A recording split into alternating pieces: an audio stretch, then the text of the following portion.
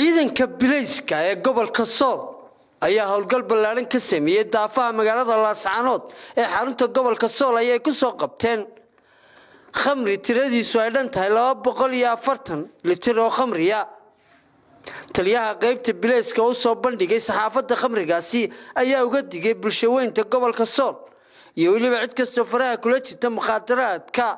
inay gacan bir leh wax kaga qaban doonaan halkan waxaad u jeedaan oo maanta aan u soo bandhignay saxaafadda howlgal ciidanka bilaysku ay fuliyeen khamrigan oo aanu ka soo qabanay magaalada la yiraahdo Balaharac kuna soo socday Laascaanood howlgalkaas waxa ay ciidanku u baxeen hadeerna ay keeneen gaarigii iyo khamrigii iyo ragii watay intaba waxa weeye khamrigu dawaad ogtihiin waa afooyinka ugu waaweyn ummadda aafeeyay ciidankii bilayska aad iyo aad baan ugu mahadcelinayaa ee howlgalkan fuliyay ee hawshan soo fududeeyay soo qabtay waxaan u sheegaynaa bulshada iyo shacabka reer Laascaanood in ciidanka bilaysku diyaar u yahay in wax halaali wixii muqaadaraad nooc kasta ha ahaadaan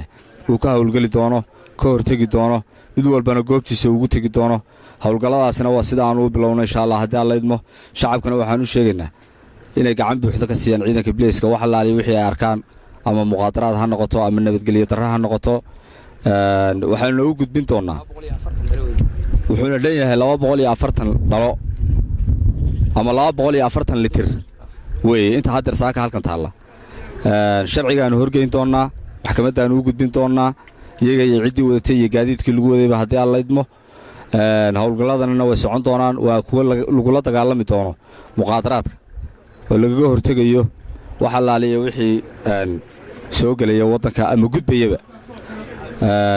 intaas aanu idin soo bandhigaynay waxa weeye howlgalkan ballaaran ciidanka bilaysku ka sameeyay guud ahaan degmada Laascaanood iyo daafaheeda ayaa ah mid sii socon doona taliyaha ayaa sheegay in howlgalkan uu socon doono maalmaha soo socda uu sheegay in cid kasta